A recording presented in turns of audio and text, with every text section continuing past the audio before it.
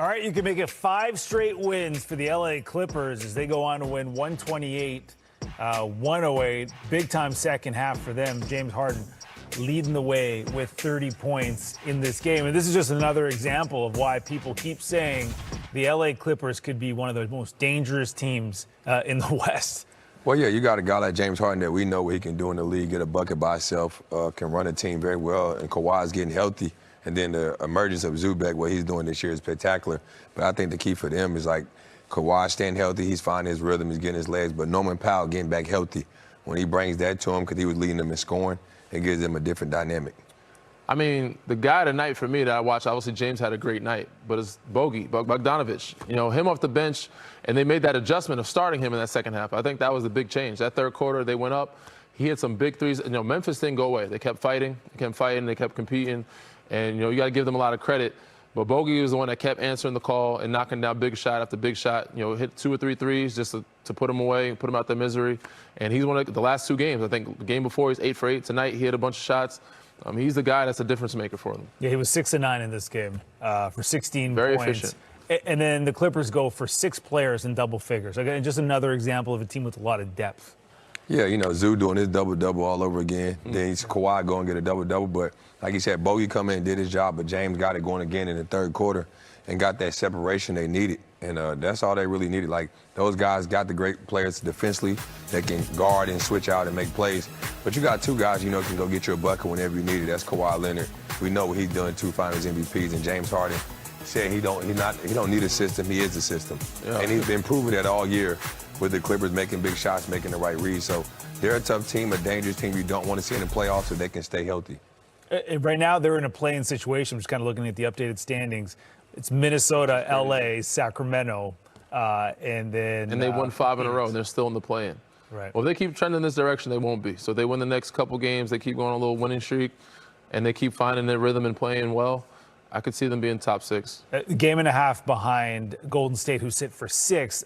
Meanwhile, for Memphis, they continue to slide here. What's your concern level for them? Health. I mean, that's the biggest issue for most teams. You know, you got to get Ja Morant back. You got to get those other guys, you know, with rhythm and chemistry with him on the floor, the minutes behind them. Desmond Bane has been in and out some, too, and you saw him take a dive earlier in that game where we weren't sure what his health was like.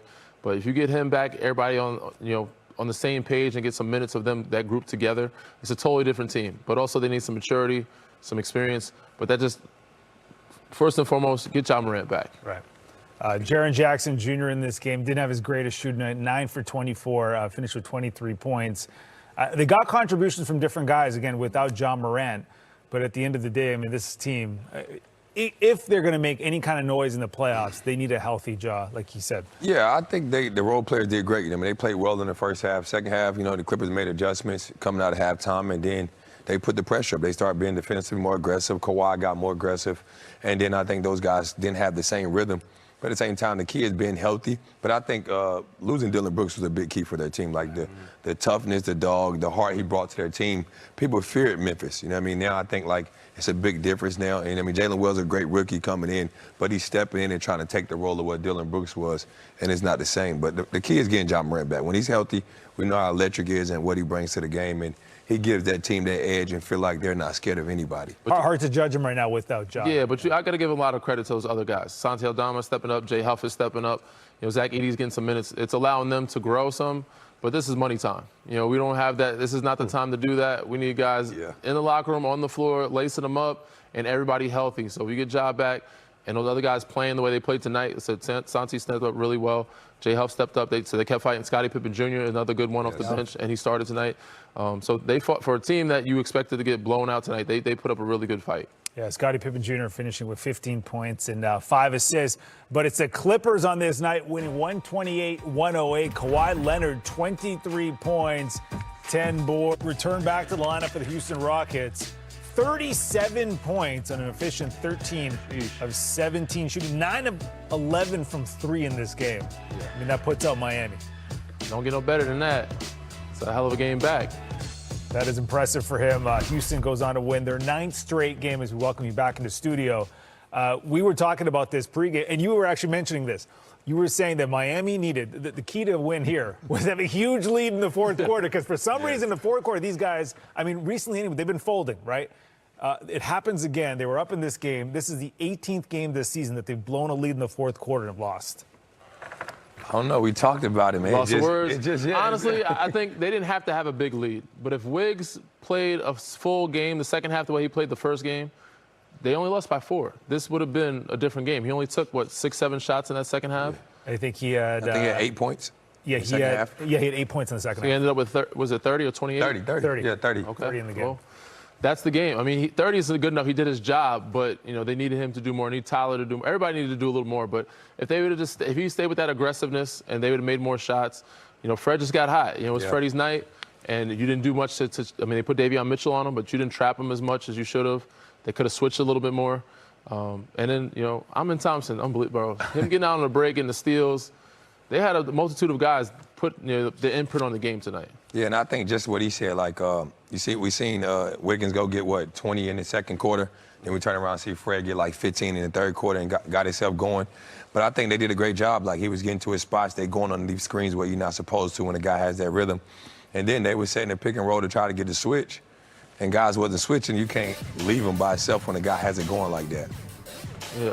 Yeah, this is Fred, bread and butter right here. You go on the screen, you back in the drop, but that was a good contest, though. It was a good contest. He shoots a rainbow. Rainbow He shoots a rainbow. That was a good one. I can't complain about that one. But there's a lot of them where he walked into it and they were just late, and they didn't switch. They didn't want to. And that's one-on-one. I'm feeling it. Got the defender back on his heels some. Steven Adams is a great screen setter, by the way. Oh, yeah, you're not getting over this. They're in a drop. Too far. He already hit 6, 7 at this point. You backing up does not make sense. If you KYP, you got to know your personnel. Yes. And you got to not let Fred. If he's hitting 7 threes, I think he hit 7 before that 3, and you back up and don't contest, you got to at least make him drive to the rim, get to the basket.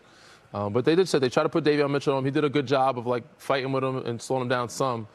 But once your guy gets hot, you just got to hope he misses shots when he takes a look at the rim. And you were mentioning this earlier too, John. This is the challenge playing the Houston Rockets because you just never know on any night who's going to go off because they have multiple guys that can do it. Yeah, I just think they got to collect the group that guys just impact the game in so many ways. Fred, one of those guys, like we said earlier, he can knock down a lot of threes if you give him the opportunity. And it was his night. He got it going. He had 12 in the first half, hit 4 threes. Then he comes out in the second half, hit 5 of them. Now he's getting to his mid-range. He's getting to the basket. He's been the Fred that you would see in Toronto. But he don't have to do that every night. With the Rockets, I think the main thing for them is when it comes to the playoffs, who's going to be that go-to guy in the fourth quarter, last 2 minutes. Do you have to establish that as a team, though, or is that something you just feel out as a Yes, you have to know that. You have to know that. I think you need it. It's kind of both, because this group they have a guy, they have 2 guys that can do that, but they're so evenly balanced where they have 12 guys scoring 12. It could be whoever's night it is. So it might be Fred's night, it might be Jalen's night, it might be Segun's night, even Jabari Smith.